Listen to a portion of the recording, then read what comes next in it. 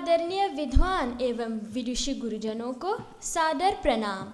मेरे हित मित्रों को नमन। आज का विषय है हिंदी का बढ़ता स्वरूप, जिस पर मैं प्रकाश डालूंगी।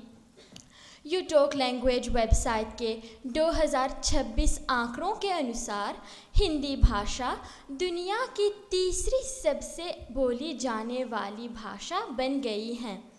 इसके बोलने वालों की कुल संख्या 7 करोड़ से अधिक है। नेपाल में 80 लाख हिंदी भाषी हैं। फिजी में हिंदी को आधिकारिक भाषा का दर्जा प्राप्त है। संयुक्त राष्ट्र अमेरिका में यह 11वीं सबसे अधिक बोले जाने वाली भाषा बन गई है। हमारे देश मॉरिशस में हिंदी हमारी शिक्षा प्रणाली, सांस्कृतिक धरोहर एवं अस्मिता का अभिन्न अंग है। वर्तमान काल में दुनिया के 100 से अधिक विश्वविद्यालयों में हिंदी भाषा पढ़ाई जा रही है। रशिया, जापान, जर्मनी, अमेरिका और चीन जैसे देशों के छात्र बड़ी संख्या में हिंदी सीख रहे हैं। रिव्यू ऑफ रिसोर्स जर्नल के अनुसार अकेले भारत के केंद्रीय हिंदी संस्थान में लगभग 67 देशों के छात्र हिंदी का अध्ययन कर रहे हैं। तकनीक प्रौद्योगिकी के साथ कदम मिलाते हुए हिंदी भाषा का स्वरूप अब वैश्विक हो गया है। क्या आप जानते हैं इस वर्ष विश्व हिंदी दिवस 2026 का मूल विषय क्या रहा? तो सुनिए, हिंदी पारंपरिक ज्ञान से आर्टिफिशियल इंटेलिजेंस तक। यह पहल कोडिंग और डिजिटल प्लेटफॉर्म्स पर हिंदी के बढ़ते प्रभाव को दर्शाता है। डिजिटल युग में YouTube, Facebook, WhatsApp, Instagram, OTT platforms तथा ई-बुक्स के माध्यम से हिंदी सामग्री की लोकप्रियता में तेज़ी से वृद्धि हुई है।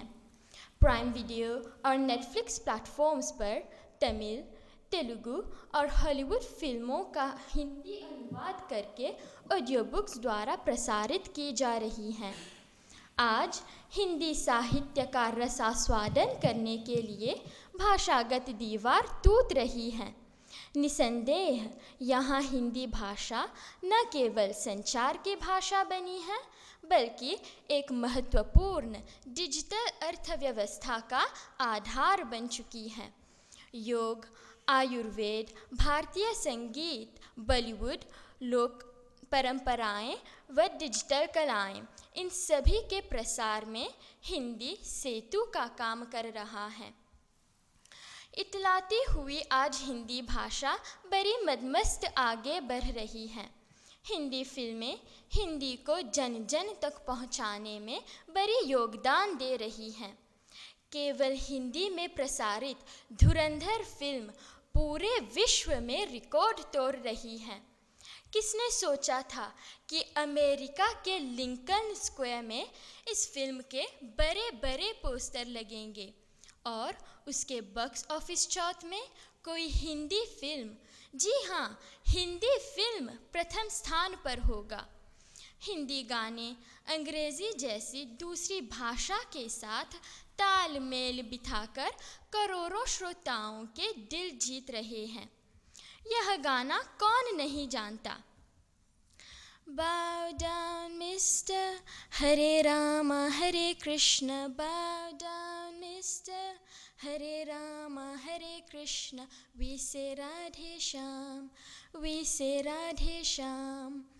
हिंदी फिल्मों के चुटीले अंदाज में बोले गए संवाद हिंदी प्रेमियों को वर्षों तक याद रहते हैं। जैसे ओम शांतियों में शाहरुख खान का यह वाक्य, अगर किसी चीज़ को दिल से चाहो तो पूरी कायनात उसे तुमसे मिलाने की कोशिश में लग जाती है। या फिर एक चुटकी सिंदूर की कीमत तुम क्या जानो रमेश बाबू। हिंदी भाषा निराशा को आशा में बदल रही है। AI की सहायता से कविताएं पॉडकास्ट में बदल गई हैं। प्रसिद्ध लेखक जैसे प्रेमचंद की कहानियाँ एनिमेटेड फिल्मों और कार्टून के प्रारूप में उपलब्ध हैं। भारी भरकम उपन्यासों को इंटरैक्टिव डिजिटल कहानियों में बदल रहे हैं। हिंदी ऑफिस सॉफ्टवेयर, बोल पहचान, वर्तनी जांच, अनुवाद टूल्स मुफ्त में उपलब्ध हैं। चाहे याहू हो या गूगल, हिंदी विषय वस्तु की कमी नहीं है। अंततः जिस प्रकार अमिताभ बच्चन जी ने कहा था, आज मेरे पास गाड़ी है, बंगला है, क्या है तुम्हारे पास? मैं कहूँगी मेरे पास माँ है, मेरे पूर्वजों की मातृभाषा, मेरी माता स्वरूपा, मेरी हिंदी भाषा। हिंदी भाषा का भविष्य उज्जवल है। धन्यवाद।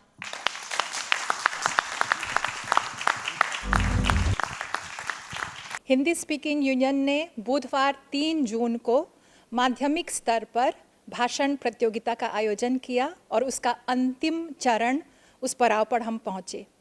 इस अंतिम चरण फाइनल्स के पीछे मूल उद्देश्य क्या था कि भाषण प्रतियोगिता के माध्यम से छात्रों में, विशेषकर माध्यमिक स्तर के छात्रों में हिंदी के प्रति न केवल रुचि जगाना बल्कि हिंदी में संप्रेषण कौशल उसको बढ़ाना।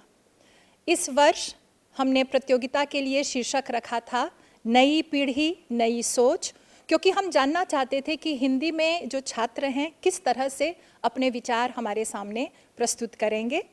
और साथ में और एक विषय रखा गया था हिंदी का बदलता स्वरूप। समय के साथ हिंदी किस तरह आगे फलती फूलती जा रही है, उस पर हमारे छात्रों ने बहुत सुंदर ढंग से अभिव्यक्ति की और प्रस्तुतियाँ की।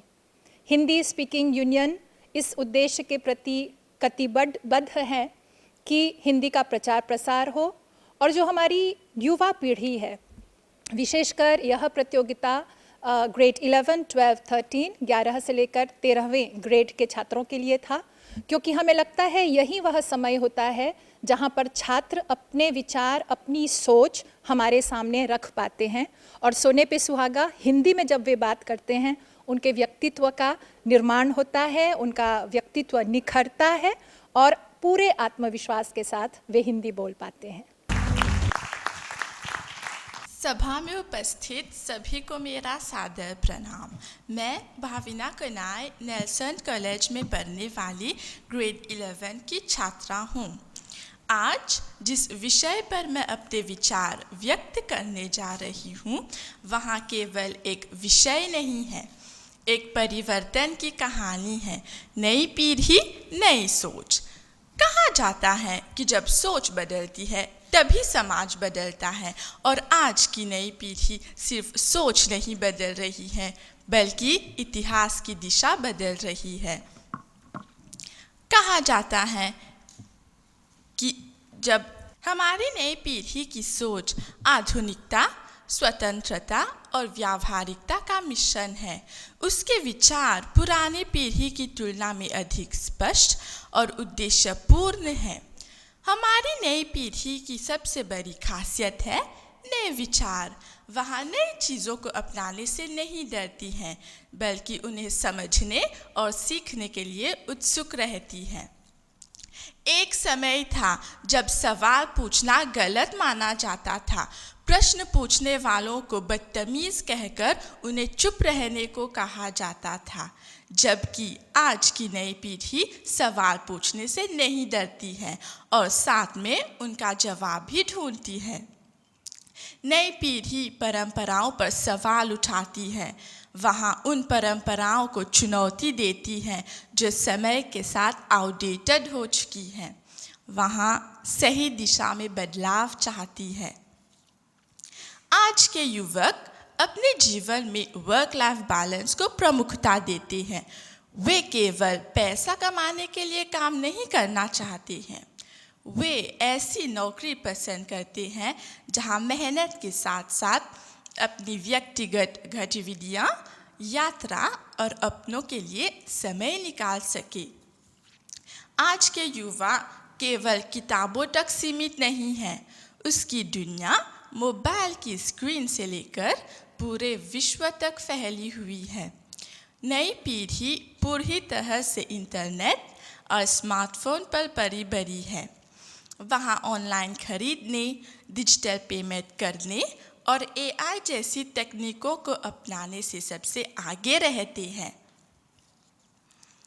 पुरानी पीढ़ी घर और ज़मीन जोड़ने में विश्वास करती थी, जबकि आज की नई पीढ़ी अनुभव जैसे घूमना, नई चीज़ें सीखना और अच्छी जीवन शैली पर खर्च करना पसंद करती है। सच है कि हर सिक्के के दो पहलू होते हैं। भले ही नई पीढ़ी आधुनिक और जागरूक है, कुछ क्षेत्रों में उनकी सोच में काफ़ी कमियां देखी जा रही हैं। हमारी नई पीढ़ी में धैर्य की एकदम कमी है। डिजिटल युग में हर चीज़ इंस्टेंट होने के कारण युवाओं में धैर्य कम हो गया है। वहाँ कैरियर, सफलता और रिश्तों में भी तुरंत परिणाम चाहती हैं और असफलता मिलने में वे जल्दी हताश हो जाते हैं। नई पीढ़ी की एक बड़ी कमज़ोरी है दिखावा। महंगे गैजेट्स, ब्रांडेड कपड़े और दिखावे के जीवन शैली के चक्कर में अपनी क्षमता से अधिक खर्च करना या कर्ज लेना उनकी आदत सी बन गई है। दुख की बात है कि आज की नई पीढ़ी रिश्तों के महत्व को नहीं समझ पाती है। घर या दंपति में छोटी सी अनबन होने पर रिश्ते सुधारने के बजाय उन्हें खत्म कर देना एक गलत प्रवृत्ति बनती जा रही है। अंत में मैं यही कहना चाहूँगी कि युवा वर्ग किसी भी समाज या देश के लिए आशा की किरण होता है। देशवासी युवाओं में देश का भविष्य देखते हैं, इसलिए पुरानी पीढ़ी को समय के अनुसार अपने आप को ढालना ही होगा। आपके ध्यान के लिए धन्यवाद। सभा में उपस्थित माननीय अध्यापकगण, अध्यक्षगण, अभिभावकगण तथा यहाँ उपस्थित युवा शक्ति को मेरा सादर प्रणाम। मैं याचना दागवाज, लोरेटो कॉलेज मेबक से आज आपके समक्ष नई पीढ़ी, नई सोच के विषय पर अपने विचार रखने आई हूँ। हम अक्सर सुनते हैं कि नई पीढ़ी अलग सोचती है, पर क्या यह एक समस्या है? नहीं, यह प्रगति है, क्योंकि नई सोच से ही समाज आगे बढ़ता है, ठहरता नहीं। अब अगर 1968 में मॉरिशस को स्वतंत्रता मिली, तो यह पुरानी पीढ़ी के कारण है, जो उस समय की नई पीढ़ी थी। तो नई पीढ़ी क्या है? हर नई पीढ़ी अपने साथ नई सोच लेकर आती है और पीढ़ी दर पीढ़ी उसी सोच को अपने ढंग से प्रस्तुत करते हैं। बरसों से हर पीढ़ी अपने अधिकारों के लिए लड़ते आ रहे हैं। अब नई पीढ़ी में और पुरानी पीढ़ी में अंतर क्या है? पिछली पीढ़ियों को अपने अधिकारों के लिए आवाज़ उठाने की भारी कीमत चुकानी पड़ती थी। नई पीढ़ी को अपने माता पिता का समर्थन प्राप्त है। नई पीढ़ी ऐसा हमेशा से होता आया है को चुनौती देती है। अब आपने मोटू और पतलू कार्टून से यह डायलॉग तो सुना ही होगा, चिंगम के चंगुल से बचना इम्पॉसिबल, बोले तो इम्पॉसिबल। इससे यह सीख मिलती है कि जैसे चिंगम के चंगुल से बचना असंभव है, ठीक उसी प्रकार नई पीढ़ी के विचार के चक्र से बचना असंभव है।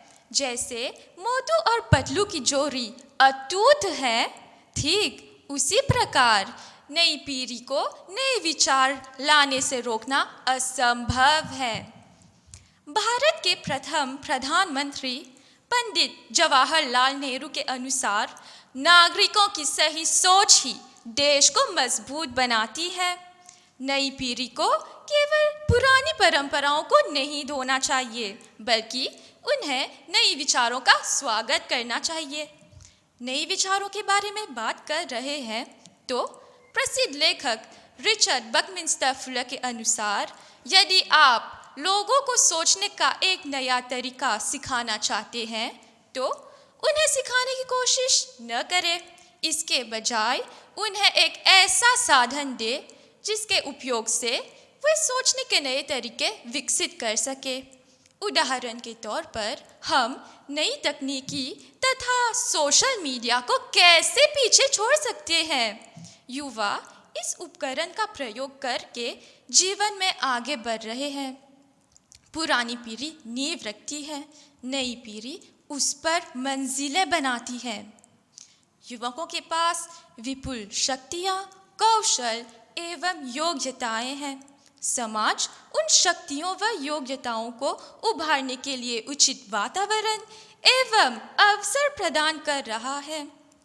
अंत में एक विकसित व शिक्षित समाज में लकीर के फकीर के लिए कोई स्थान नहीं है। आदर्श समाज भेड़ों का रेवड़ नहीं है। मेरे विचार से समाज या परंपराएं गलत नहीं होती, गलत होता है उनका निरूपण तथा प्रतिपादन। अच्छे या बुरे समाज निर्माण की जिम्मेदारी हमारी है। समाज के भले बुरे दोनों चेहरों के पीछे हम सबका हाथ है। आप सभी के ध्यान के लिए धन्यवाद। मैं 2023 नवंबर में मॉरिशस आया और मैं ICCR चेयर के पद पर कार्यरत हूँ। मैंने यहाँ आकर देखा कि यहाँ के जो बच्चे हैं वे हिंदी के प्रति, अपनी संस्कृति के प्रति बहुत ही सजग हैं, जागरूक हैं। और हिंदी स्पीकिंग यूनियन की तरफ से पिछले महीने से लगातार कई प्रतियोगिताएं आयोजित कराई गईं। आज भी भाषण प्रतियोगिता आयोजित कराई गई जिसमें निर्णायक मंडल के एक सदस्य के रूप में मैं भी था। जिस तरह से बच्चों ने अपना यहाँ पर परफॉर्मेंस दिया और देखकर लगता है कि बच्चों का भविष्य काफ़ी अच्छा है और उनकी जो अपनी भाषा, संस्कृति या किसी भी विषय पर जो उनकी अपनी सोच है वह देखकर मुझे कई बार आश्चर्य होता है कि यहाँ के जो बच्चे हैं वे भारत से किसी भी तुलना में कम नहीं हैं और लगातार अपनी भाषा को सीखने के प्रति सजग हैं, जागरूक हैं। और उनकी दृष्टिकोण ऐसी है जिससे कई बार मुझे ऐसा लगा कि उनके माध्यम से पूरे मॉरिशस देश का भविष्य काफ़ी उज्जवल और एक सकारात्मक रूप में दिखता है कि आने वाला समय काफ़ी अच्छा और सुनहरा होने वाला है। इन बच्चों के माध्यम से कई तरह के इसमें जो है विषय रखे गए थे, चाहे वो हिंदी का बढ़ता स्वरूप हो या नई पीढ़ी नई सोच। और नई पीढ़ी नई सोच पर बच्चों ने अपनी राय प्रस्तुत की। उनकी जो राय थी, कहीं भी ऐसा नहीं दिखता कि बड़े लोगों से कम अनुभव है उनके पास, और एक सकारात्मक सोच के साथ बच्चों ने अपनी प्रस्तुति दी। और ये प्रस्तुति केवल दिखावटी प्रस्तुति नहीं थी, बल्कि ऐसा महसूस होता है कि जो उन्होंने अपने जीवन में अनुभव से सीखा है वही उन्होंने भाषण के द्वारा प्रस्तुत भी किया है। तो ऐसे बच्चों को मेरी ओर से हृदय की गहराई से हार्दिक शुभकामनाएं और उनके भविष्य की, सुनहरे भविष्य की मैं कामना करता हूं। धन्यवाद। आदरणीय निर्णायक गण, सम्मानित शिक्षक गण एवं मेरे प्रिय मित्रों, प्रणाम। आज मैं देवनारायण सिंह धाविका सिंह, हैमिल्टन कॉलेज की छात्रा, आपके समक्ष नई पीढ़ी नई सोच विषय पर अपना विचार प्रस्तुत करने जा रही हूँ, जो हम सभी के जीवन से जुड़ा हुआ है। बदलती पीढ़ियों का दृष्टिकोण और जीवन जीने का तरीका। अगर हम कुछ साल पीछे जाएं तो हम पाएंगे कि मिलेनियल यानी पिछली पीढ़ी के लिए जीवन का एक तयशुदा रास्ता हुआ करता था। उस समय की जीवन शैली कुछ इस प्रकार थी: अच्छी शिक्षा प्राप्त करो, एक स्थिर नौकरी हासिल करो, शादी करो, परिवार बसाओ और सेवानिवृत्ति तक लगातार काम करते रहो। यह एक सीधी, स्पष्ट और समाज द्वारा स्वीकार की गई जीवन शैली थी। लेकिन आज की पीढ़ी, जिसे हम जेन ज़ी कहते हैं, उसने इस परंपरागत सोच को पूरी तरह बदल दिया है। जेन ज़ी एक ऐसी पीढ़ी है जो अपनी सीमाएं तय करना जानती है। यह पीढ़ी नहीं कहना जानती है, नहीं अनावश्यक तनाव को, नहीं लगातार काम के दबाव को, और नहीं उन अपेक्षाओं को जो उनकी मानसिक शांति को प्रभावित करती है। अब आप सोचेंगे कि क्या यह बदलाव जिम्मेदारियों से भागना है? नहीं, बिल्कुल नहीं। यह बदलाव जिम्मेदारियों से बचने का नहीं, बल्कि जीवन को संतुलन के साथ जीने का संकेत है। आज के युवा यह समझते हैं कि जीवन केवल काम करने के लिए नहीं है, बल्कि जीने के लिए है। उनकी प्राथमिकताएं बदल चुकी हैं। वे अर्थपूर्ण कार्य करना चाहते हैं, ऐसा काम जो उन्हें संतुष्टि दे, और साथ ही वे अपने जीवन का आनंद लेने के लिए भी समय निकालना चाहते हैं। लेकिन हर बदलाव अपने साथ कुछ नई चुनौतियां भी लेकर आता है। आज जेन ज़ी के पास विकल्पों की कोई कमी नहीं है। करियर के अनगिनत रास्ते हैं, नई नई संभावनाएं हैं, और हर दिन कुछ नया करने का अवसर है। लेकिन कभी-कभी जब रास्ते बहुत अधिक होते हैं, तब सही रास्ता चुनना कठिन हो जाता है। यही कारण है कि आज का युवा अक्सर असमंजस में रहता है, अधिक सोचता है और कभी-कभी निर्णय लेने में कठिनाई महसूस करता है। तो क्या यह बदलाव सही है या गलत? मेरे विचार से यह बदलाव न तो पूरी तरह सही है और न ही पूरी तरह गलत। यह एक प्राकृतिक परिवर्तन है। समय के साथ सोच बदलती है, परिस्थितियां बदलती हैं, और उसी के साथ जीवन जीने का तरीका भी बदलता है। असल बदलाव सोच में नहीं, बल्कि पीढ़ियों में आया है।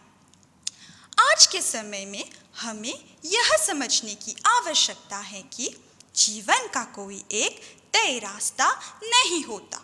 हर व्यक्ति का अपना अलग सफ़र होता है, अपनी अलग मंजिल होती है। इसीलिए ज़रूरी है कि हम इस बदलाव को स्वीकार करें, समझें और संतुलन बनाए रखें। नई पीढ़ी का मतलब सिर्फ आधुनिक होना नहीं है, बल्कि सही एवं गलत में अंतर समझना भी है। इसीलिए ज़रूरी है कि नई पीढ़ी अपनी सोच को सकारात्मकता, नैतिकता और संस्कारों से जोड़े। हमें नई पीढ़ी से यह सीखना चाहिए कि अपनी मानसिक स्वास्थ्य को महत्व देना कितना आवश्यक है, और साथ ही हमें यह भी याद रखना चाहिए कि अनुशासन और जिम्मेदारी जीवन का महत्वपूर्ण हिस्सा है। अंत में मैं यह कहना चाहूँगी कि जीवन एक दौड़ नहीं है, बल्कि एक यात्रा है, और इस यात्रा में सबसे महत्वपूर्ण है संतुलन, समझ और सही दृष्टिकोण। धन्यवाद। आदरणीय न्यायाधीशगण, शिक्षकगण और मेरे प्यारे मित्रों, सुप्रभात। आज मैं उस भाषा के बढ़ते स्वरूप पर बात करूंगी जिसने भारत को भाषा से नहीं भावना से जोड़ा है, हिंदी। जब हम हिंदी का स्वरूप कहते हैं तो हमारा मतलब सिर्फ व्याकरण और शब्दों से नहीं होता। हम बात करते हैं उसकी उत्पत्ति की, उसके विकास की और उसकी उस पहचान की जो उसे भारत की आत्मा बनाती है। भारत की स्वतंत्रता आंदोलन में हिंदी का महत्वपूर्ण योगदान रहा है। हिंदी का स्वरूप भाषाई दृश्य से। हिंदी का स्वरूप सहस्राब्दी पुरानी भाषा यात्रा का परिणाम है।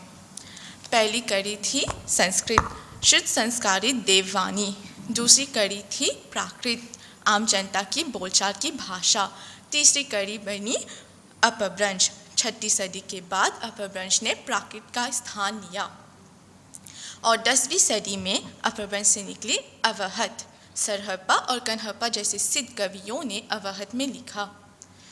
विद्वान मानते हैं कि अवहद ही पुरानी हिंदी है, तो हिंदी का भाषाई स्वरूप है संस्कृत से निकली प्राकृत अपभ्रंश अवहद से गुजरती हुई एक ऐसी भाषा जो जनता के बीच पली बढ़ी। हिंदी का स्वरूप सांस्कृतिक दृश्य से। हिंदी का स्वरूप केवल व्याकरण नहीं, संस्कृति है। 12वीं सदी में दिल्ली सल्तनत के समय हिंदू मुस्लिम संस्कृति का मेल हुआ। इसी मेल से जन्म हुआ हिंदवी का। 13वीं सदी में अमीर खुसरो ने हिंदवी को साहित्य की भाषा बनाई। उन्होंने लिखा, खिड़कियाँ दर दरे पिया के जो जहाँ तहाँ झिल मिले। फिर आई भक्ति आंदोलन की लहर। कबीर ने निर्गुण ब्रह्म की बात खड़ी बोली में कही। माला फेरक जुग भया गया न मन का फेर। सूरदास ने ब्रज भाषा में कृष्ण लीला गाई। मेरो मन अनंत कहाँ सुख पावे। तुलसीदास ने अवधि में रामचरितमानस लिखकर हिंदी को हर घर तक पहुंचा दिया। मंगल भवन अमंगल हारी। इसीलिए हिंदी का स्वरूप है संतों की भक्ति, जनता की बोली और समन्वय की संस्कृति। हिंदी का स्वरूप आधुनिक दृश्य से। 19वीं सदी में हिंदी का स्वरूप बदला। भारतेंदु हरिश्चंद्र ने खड़ी बोली को गद्य की भाषा बनाई। उन्होंने कहा, निज भाषा उन्नति अहे, सब उन्नति को मूल। वे आधुनिक हिंदी के जनक बने। 20वीं सदी में महावीर प्रसाद द्विवेदी ने हिंदी को व्याकरणिक अनुशासन दिया। उनकी पत्रिका सरस्वती ने हिंदी गद्य को परिष्कृत किया। मैथिली शरण गुप्त की भारत भारती ने हिंदी खड़ी बोली के स्वरूप में 4 चांद लगाया। 14 सितंबर 1949 को संविधान सभा ने हिंदी को देवनागरी लिपि में भारत की राजभाषा घोषित की। 1950 से 60 के दशक में केंद्रीय हिंदी निदेशालय ने और डॉक्टर रघुवीर जैसे विद्वानों ने हिंदी का मानकीकरण किया। वैज्ञानिक तकनीकी शब्दावली बनी ताकि हिंदी विज्ञान की भी भाषा बन सके। 60 करोड़ लोग से ज़्यादा हिंदी बोलते हैं। यह विश्व की तीसरी सबसे बड़ी भाषा है, लेकिन सबसे बड़ी बात, हिंदी का स्वरूप समावेशी है। यह फारसी, अरबी, अंग्रेज़ी, तुर्की के शब्दों को आत्मसात कर लेती है, लेकिन अपनी आत्मा नहीं खोती है। मित्रों, हिंदी का स्वरूप स्थिर नहीं, गतिशील है। यह अपभ्रंश से निकली, हिंदवी बनी, खड़ी बोली में धरी और आज मानक हिंदी बनी। हिंदी का स्वरूप है परंपरा की जड़ और आधुनिकता की उड़ान। यह भाषा हमें हमारी संस्कृति से जोड़ती है और भविष्य की ओर ले जाती है। भारत के बाहर मॉरिशस, त्रिनिदाद, सूरीनाम, फिजी आदि के रोम रोम में हिंदी समाई हुई है। इसलिए मेरा आप सभी से अनुरोध है कि हिंदी को केवल परीक्षा की भाषा मत समझिए। इसे अपनी पहचान, अपनी सोच और अपनी भावना बनाइए। हिंदी हमारी पहचान है, हिंदी हमारी शान है, हिंदी हमारी जान है। धन्यवाद। सभी को मेरा नमस्कार। मेरा नाम अश्विनी देवी अरी है और मैं कॉस्मोपॉलिटन कॉलेज के ग्रेड 13 की छात्रा हूँ। मैं हिंदी स्पीकिंग यूनियन का धन्यवाद करना चाहूँगी, जिन्होंने मुझे इस वक्तव्य में भाग लेने का अवसर दिया है। आज मेरा विषय है नई पीढ़ी, नई सोच।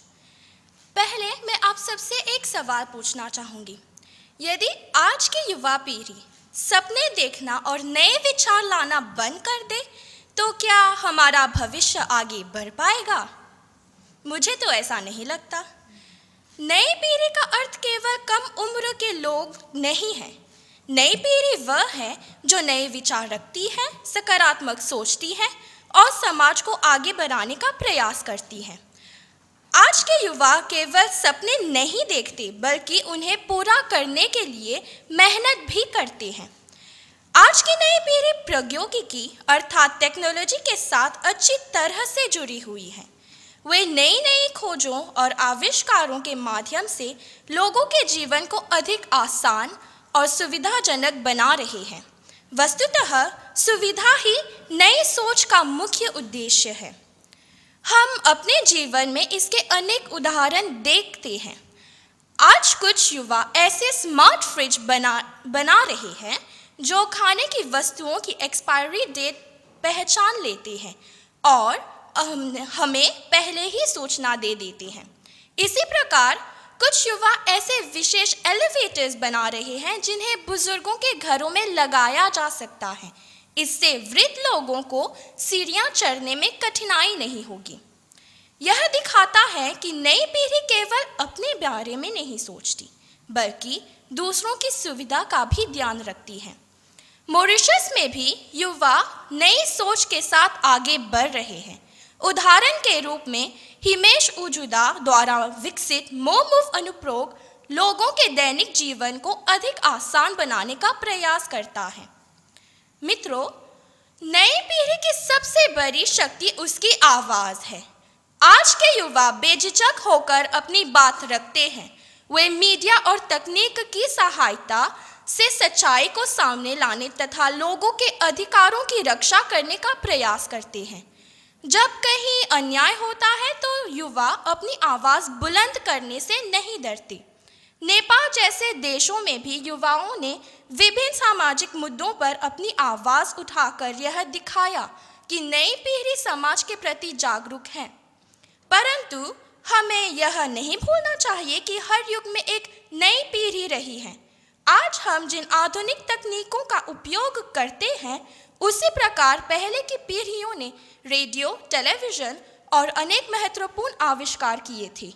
अतः हर पीढ़ी ने समाज को आगे बढ़ाने में अपनी महत्वपूर्ण भूमिका निभाई है। नई पीढ़ी अतीत से सीखती है, वर्तमान में काम करती है और भविष्य का निर्माण करती है। आज जो वर्तमान है वह कुछ घंटों बाद अतीत बन जाएगा। इसलिए आज के युवाओं के विचार और कार्य ही कल के भविष्य की नींव बनती हैं। कोविड-19 के समय हमने देखा कि ये तकनीक कितनी उपयोगी है। जब विद्यालय बंद थे तब ऑनलाइन शिक्षा के माध्यम से विद्यार्थियों ने घर बैठे पढ़ाई जारी रखी। वर्क फ्रॉम होम और स्टडी फ्रॉम होम जैसी व्यवस्थाओं ने लोगों के जीवन को आसान बनाया। उस कठिन दौर में नई सोच केवल तकनीक तक सीमित नहीं है, इसका एक आध्यात्मिक पक्ष भी है। आज कई युवा वीगन जीवन शैली अपनाने, पर्यावरण की रक्षा करने और दूसरों के प्रति दया तथा करुणा दिखाने पर बल देती हैं। इससे पता चलता है कि नई पीढ़ी आधुनिकता के साथ साथ मानवीय मूल्यों को भी महत्व देती है। इसी प्रकार रिसाइकलिंग और ऊर्जा पर भी बहुत कार्य किया जा रहा है। सूर्य के प्रकाश से बिजली उत्पन्न कर पर्यावरण की रक्षा की जा रही है। यह नई सोच का एक उदाहरण है। नई पीढ़ी की भी अपनी कुछ चुनौतियां होती हैं, जैसे मादक द्रव्यों का सेवन। लेकिन बेहतर शिक्षा प्रणाली, सही मार्गदर्शन और जागरूकता के माध्यम से इस समस्या का समाधान निकाला जा सकता है। कभी-कभी युवा तकनीक पर अधिक निर्भर भी हो जाते हैं, इसलिए हमें इसका सही और संतुलित उपयोग करना चाहिए ताकि यह हमारे जीवन को बेहतर बना सके। अतः नई पीढ़ी की पहचान केवल आधुनिक उपकरणों से नहीं होती। उसकी पहचान उसकी सकारात्मक सोच, उसकी साहस, उसकी रचनात्मकता और समाज के प्रति उसकी जिम्मेदारी से होती है। अतः अंत में मैं बस इतना कहना चाहूँगी कि नई पीढ़ी आज की शक्ति है और नई सोच कल का भविष्य। आपके ध्यान के लिए कोटि-कोटि धन्यवाद। हिंदी स्पीकिंग यूनियन द्वारा आयोजित यह प्रतियोगिता, भाषण प्रतियोगिता अत्यंत ही कह सकते हैं कि श्रेष्ठ श्रेणी की थी। इस दृष्टि से कि हमारे छात्रों ने विविध पाठशालाओं, विविध कॉलेजों के छात्रों ने, छात्र छात्राओं ने बहुत ही मनोरम ढंग से प्रस्तुति की और विषय जो था, विषय भी अत्यंत रोचक था। 2 विषय थे, एक तो नई पीढ़ी, नई सोच और दूसरा विषय था हिंदी का बढ़ता स्वरूप। और सच में आनंद आया इन बच्चों को, इन छात्रों को सुनते हुए कि किस प्रकार से ये विषय जो हैं, इन विषयों में उनकी जो गंभीरता है, उनकी जो मार्मिकता है और अनुभूतिपूर्ण दृष्टिकोण है, उसको प्रस्तुत किया। और सबसे सुखद बात यह थी कि धारा प्रवाह में हिंदी बोल रहे थे। ये बड़ी बात है। देखिए, प्रायः हम मॉरिशस में बोलते नहीं हैं हिंदी। हो सकते हैं आपस में बोलते हो, हिंदी की कक्षा में थोड़ी बोलते हैं, लेकिन जिस प्रवाह के साथ, जिस धारा प्रवाह के रूप में वे हिंदी बोल रहे थे, बोल रही थी, सच में वह सराहनीय है।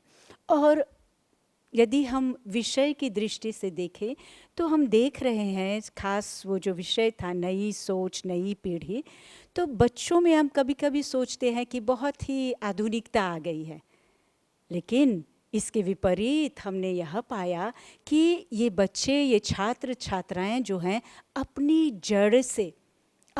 जड़ से बहुत मजबूती के साथ जुड़े हुए हैं।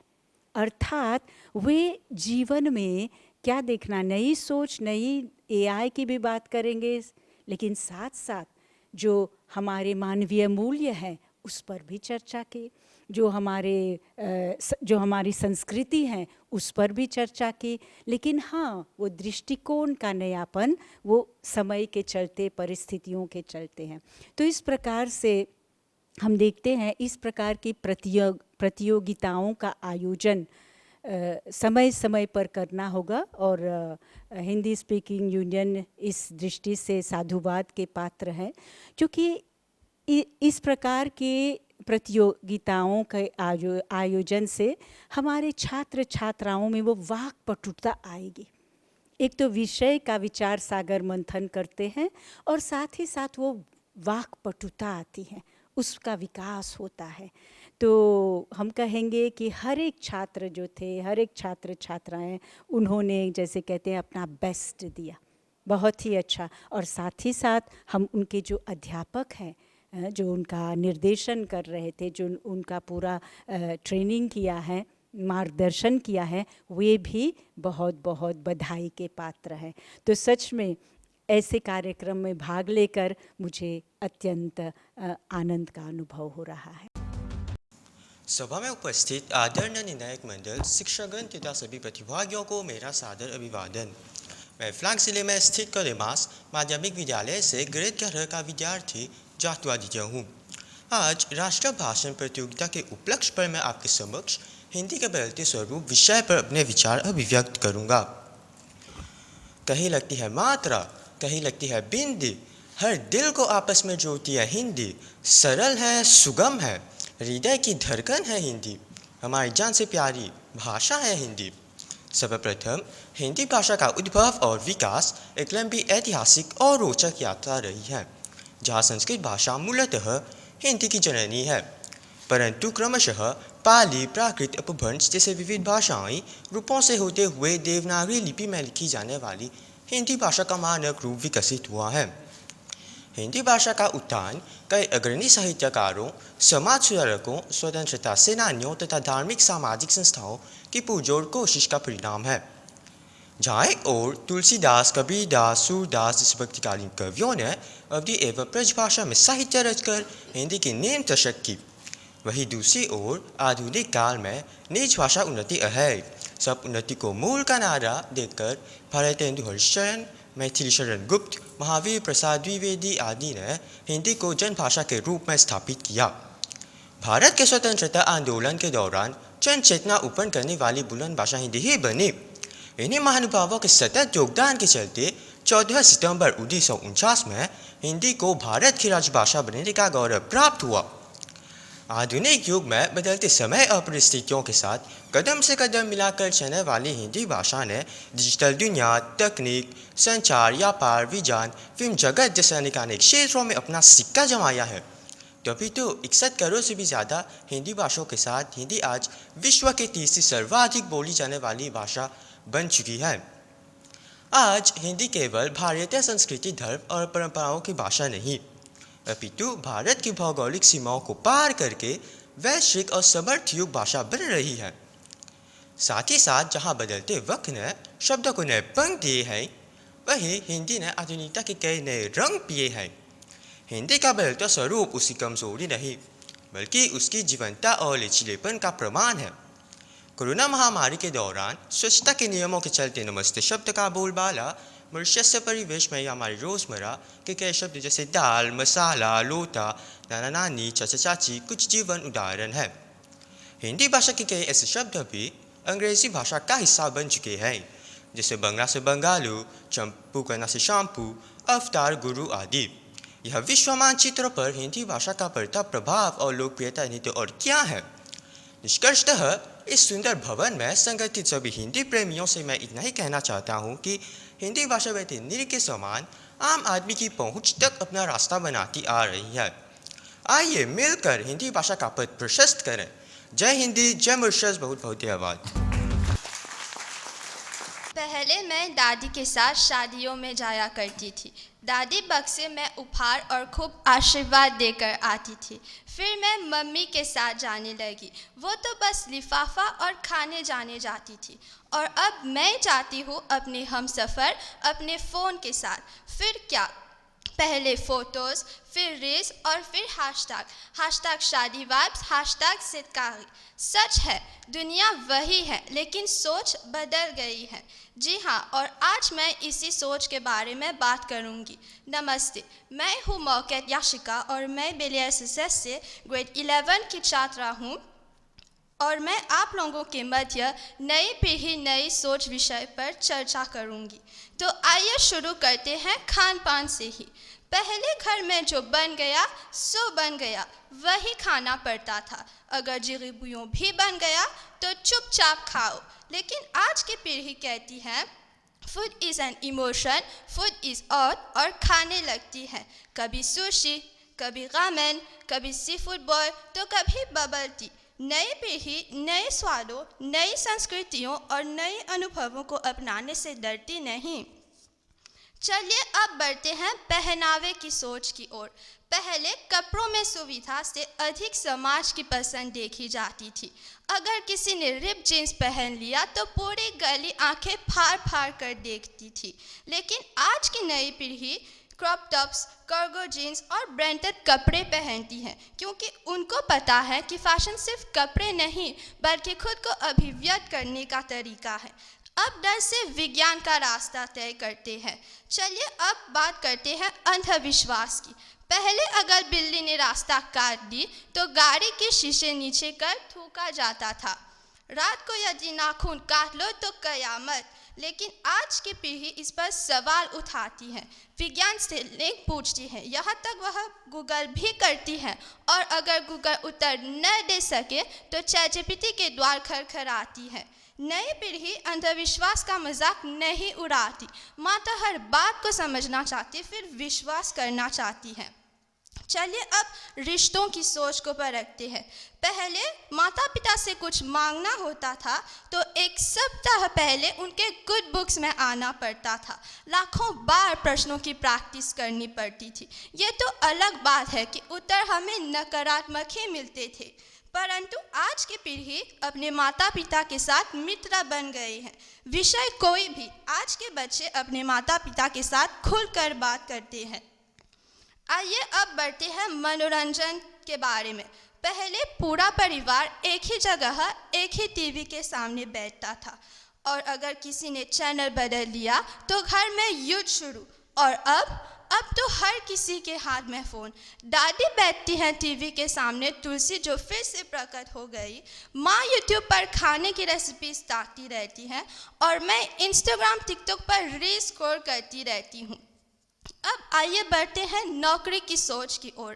पहले यदि किसी बच्चे से पूछा जाता था तुम बड़े होकर क्या बनोगे, तो जवाब आता था पुलिस, इंजीनियर, अध्यापक, डॉक्टर। लेकिन आज का बच्चा कहता है वह तो यूट्यूबर, गेमर, इन्फ्लुएंसर। नई पीढ़ी समझती है कि काम छोटा या बड़ा नहीं होता, सोच छोटी या बड़ी होती है। नई सोच का अर्थ यह नहीं कि पुरानी पीढ़ी गलत थी। पुरानी पीढ़ी ने हमें संस्कार दिए, त्याग सिखाया, प्रश्न पूछना, खुद को स्वीकार करना। अगर पुरानी पीढ़ी जड़ है तो नई पीढ़ी नई शाखाएं हैं, और पेड़ तभी मजबूत होता है जब दोनों साथ हो। फिल्म ये जवानी है दीवानी में कबीर कहता है, मैं उड़ना चाहता हूँ, दौड़ना चाहता हूँ, गिरना भी चाहता हूँ, बस रुकना नहीं चाहता। और शायद यही आज की नई पीढ़ी की पहचान है। हम गलतियाँ करेंगे, सीखेंगे, बदलेंगे, लेकिन रुकेंगे नहीं। आपके ध्यान के लिए धन्यवाद। आदरणीय उपस्थित जन, अध्यापकगण, सम्मानित निर्णायक मंडल और मेरे प्रिय साथियों, सभी को मेरा सादर प्रणाम। मेरा नाम मिदिदिन दियाशा है और मैं दंबताला एसएसएस की छात्रा हूँ।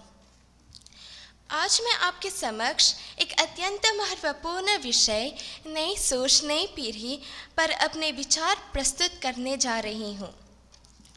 अक्सर कहा जाता है कि आज की पीढ़ी अलग है। हाँ, हम अलग हैं, हमारी सोच अलग है, हमारी विचारधारा में परिवर्तन उत्पन्न हुआ है और बदलाव लाने का हमारा साहस भी अलग है। किसी महान व्यक्ति ने कहा है, यदि आप दुनिया को बदलना चाहते हैं तो पहले अपनी सोच बदलिए। वास्तव में हर युग की पहचान उसकी पीढ़ी से नहीं बल्कि उसकी सोच से होती है। देवियों और सज्जनों, हम 21वीं सदी में जी रहे हैं। यह विज्ञान, तकनीक और नवाचार का युग है। आज की पीढ़ी केवल सपने नहीं देखती बल्कि उन्हें साकार करने का साहस भी रखती है। नई पीढ़ी दुनिया को जैसा है वैसा स्वीकार करने के बजाय उसे बेहतर बनाना चाहती है। यह नई पीढ़ी की सोच उसकी सबसे बड़ी पहचान है। एक समय था जब शिक्षा केवल कुछ लोगों तक सीमित थी, लेकिन आज ऑनलाइन शिक्षा ने ज्ञान के द्वार सबके लिए खोल दिए हैं। गांव का विद्यार्थी भी विश्वस्तरीय शिक्षा प्राप्त कर सकता है। यह परिवर्तन नई सोच का ही परिणाम है। कहा भी गया है, जहाँ चाह वहाँ राह। नई पीढ़ी ने इस कहावत को चरितार्थ कर दिखाया है। पुरानी पीढ़ी हमें तथा नई पीढ़ी को मार्गदर्शन में मदद करती है। मित्रों, नई सोच का अर्थ केवल आधुनिक तकनीक अपनाना नहीं है। इसका अर्थ है पुरानी मानसिकता को छोड़कर प्रगतिशील विचारों को अपनाना। मगर इसका यह तात्पर्य नहीं है कि हमें हमारे संस्कृति मूल्यों को भूल जाना चाहिए। आज बेटियां हर क्षेत्र में सफलता के नए आयाम स्थापित कर रही हैं, चाहे अंतरिक्ष हो, खेल हो, राजनीति हो या विज्ञान। हर क्षेत्र में महिलाएं अपनी प्रतिमा का परचम लहरा रही है। यदि समाज की सोच न बदलती होती तो शायद आज हमें कल्पना चावला, नोएमी अल्फोंस, अमीना गरीब फ़कीम और कई अन्य प्रेरणादायक महिलाओं को न देख पाते। नई सोच हमें एक संदेश देती है। यह कहती है कि व्यक्ति की पहचान उसके लिंग, जाति या धर्म से नहीं बल्कि उसके कर्म चरित्र से होनी चाहिए। हम पर्यावरण के प्रति भी अधिक जागरूक हैं। आज युवा वृक्षारोपण अभियान चलाते हैं, प्लास्टिक के उपयोग को कम करने का संदेश देते हैं और पृथ्वी को बचाने के लिए आवाज़ उठाते हैं। उदाहरण में ग्रेटा थनबर्ग का नाम ले सकते हैं। यह वह पीढ़ी है जो कहती है, हम पृथ्वी को अपने पूर्वजों से विरासत में नहीं लेते बल्कि इसे अपनी आने वाली पीढ़ियों से उधार में लेते हैं। जैसे मैंने पहले भी कहा है, नई सोच का अर्थ अपने संस्कृति मूल्यों को भूल जाना नहीं है, ना ही उनको त्याग करना है। यदि आधुनिकता के नाम पर हम अपनी भाषा, संस्कार और परंपराओं को त्याग दें तो यह प्रगति नहीं बल्कि पहचान का संकट होगा। मुहावरा है, नकल में अकल नहीं लगती। इसलिए नई पीढ़ी को अंधानुकरण नहीं बल्कि विवेकपूर्ण नवाचार को अपनाना चाहिए। इतिहास गवाह है कि दुनिया बदलने वाले लोग में एक अलग ही सोचने का अंदाज होता है। जैसे महात्मा गांधी, अहिंसा की नई सोच, डॉक्टर B.R. अम्बेडकर, समानता की नई सोच, और APJ अब्दुल कलाम युवाओं को बड़े सपने दिखाने वाले। अंत में मैं इतना कहना चाहूँगी, नई पीढ़ी नई सोच केवल एक नारा नहीं बल्कि भविष्य की सच्चाई है। आइए हम सब एक ऐसे सोच अपनाएं जो सब करे, संस्कार भी बचाएं, आधुनिक भी हो और मानवीय भी। सोच बदलती है तो समय बदलता है, समय बदलता है तो समाज बदलती है, और इससे ही इतिहास बनती है। इन्हीं शब्दों के साथ मैं अपनी वाणी को विराम दूंगी। धन्यवाद। आदरणीय निर्णायक मंडल, अतिथिगण और मेरे मित्र, आप सभी को मेरा सादर नमस्कार। मेरा नाम सृष्टि रामजुमन है और मैं फॉरेसाइड अकादमी से आई हूँ। आज मैं जिस विषय पर अपने विचार व्यक्त करने जा रही हूँ वह है नई पीढ़ी नई सोच। नई पीढ़ी और उसकी सोच हर युग में चिंता और वार्ता का विषय रहा है। नई पीढ़ी से तात्पर्य मात्र उम्र एवं व्यवहार नहीं बल्कि सोच से है। आज की युवा पीढ़ी सवाल पूछती है, परंपराओं को समझना चाहती है और बिना सोचे समझे किसी भी बात को स्वीकार नहीं करती है। अल्बर्ट आइंस्टाइन ने खूब कहा है, बिना प्रश्न पूछे कोई प्रगति नहीं होती। नई सोच हमें स्वतंत्रता का एहसास कराती है, सोचने, चुनने और अपने सपनों को पूरा करने की, और शारीरिक तथा मानसिक स्वास्थ्य के प्रति जागरूकता की। अंतर्राष्ट्रीय युवा दिवस हर साल 12 अगस्त को मनाई जाती है। इस दिन हम युवाओं के वैश्विक समाज को बेहतर बनाने के प्रयासों को मान्यता देते हैं। आज की युवा अपने व्यवसाय को लेकर सचेत है। वे केवल पारंपरिक रास्तों तक सीमित नहीं वरन अपने जुनून को अपना पेशा बनाना चाहते हैं। चाहे वह कला हो, खेल हो या कोई नया व्यवसाय, वे सदैव तत्पर रहते हैं। आज की नई पीढ़ी अपने विचार मात्र शब्दों से नहीं कला से भी व्यक्त करती है। मैं स्वयं भारतीय शास्त्रीय नृत्य में रुचि रखती हूँ, विशेषतः कथक में। मेरे लिए कथक सिर्फ एक नृत्य नहीं बल्कि एक कलात्मक अभिव्यक्ति है। मेरे लिए सफलता का अर्थ मात्र पैसा कमाना नहीं परंतु संस्कृति, भावना एवं व्यवसाय को साथ लेकर चलना है।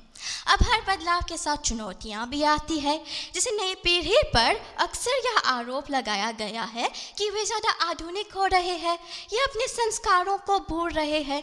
दोस्तों, क्या यह सच है?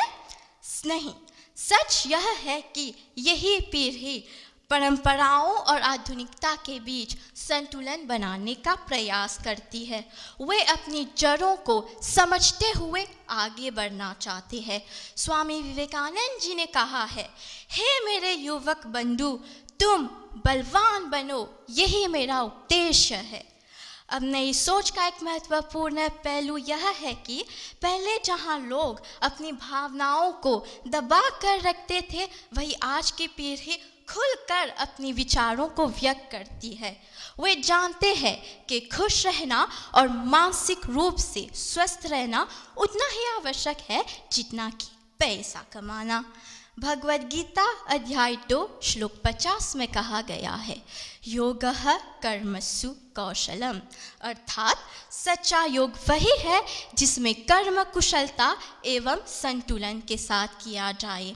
अब जैसे कि आप सब जानते हैं, आज की युवा कल का भविष्य है। आज की नई पीढ़ी नई सोच का उदाहरण हमें कई प्रेरणादायक व्यक्तियों में देखने को मिलता है। जैसे हाल ही में भारत के तमिलनाडु राज्य में एक तमिल अभिनेता है विजय तलपति, जो समाज में सकारात्मक सोच और बदलाव का संदेश देते हैं। वही बिहार के राज्य में मैथिली ठाकुर अपनी कला के माध्यम से परंपरा और आधुनिक सोच को जोड़ती है। अब मॉरिशस में श्रीमती नवीना रामया जी मेहनत, नेतृत्व और समाज के प्रति योगदान की मिसाल है। अब नई पीढ़ी के पास नए विचार है, पुरानी पीढ़ी के पास संस्कार। जब नई सोच और पुरानी संस्कार साथ चलते हैं तभी समाज का सही विकास होता है। इसलिए हमें नई पीढ़ी को रोकना नहीं बल्कि सही दिशा देनी चाहिए। अनुभवी और वृद्ध यह अपेक्षा करते हैं कि आज के युवा अच्छे चरित्र और व्यक्तित्व वाले हों। हमें बुद्धिजीवी नागरिक बनना चाहिए। अब नई पीढ़ी केवल प्रौद्योगिकी तक सीमित नहीं वरन अपने पैर पर खड़े रहने की क्षमता रखती है। अगर युवाओं की ऊर्जा को सही दिशा मिले तो वही युवा देश की सबसे बड़ी ताकत सिद्ध मानी जाएगी। अब जैसे कि डॉक्टर APJ अब्दुल कलाम जी ने कहा था, युवा बेकार नहीं है बल्कि उनकी क्षमता का सही उपयोग कम किया जाता है। अंत में मैं यही कहना चाहूँगी कि नई पीढ़ी, नई सोच केवल एक विचार नहीं बल्कि एक नई दिशा है। आज के युवा अपने विचार, प्रतिभा और सकारात्मक सोच से समाज और देश के प्रति के भविष्य को बेहतर बना सकते हैं। आइए हम सब मिलकर ऐसी सोच को अपनाएं जो प्रगति, एकता और सफलता की ओर ले चले। अब मैं अपने विचारों को एक छोटी सी कविता से विराम देना चाहूँगी। तो कविता ऐसी है, छोटी सोच को पीछे छोड़ बढ़ रहे हैं हम नई राहों की ओर। नई पीढ़ी, नई सोच का संदेश यही, बनाएंगे हम एक बेहतर दुनिया सभी। आपके ध्यान के लिए धन्यवाद।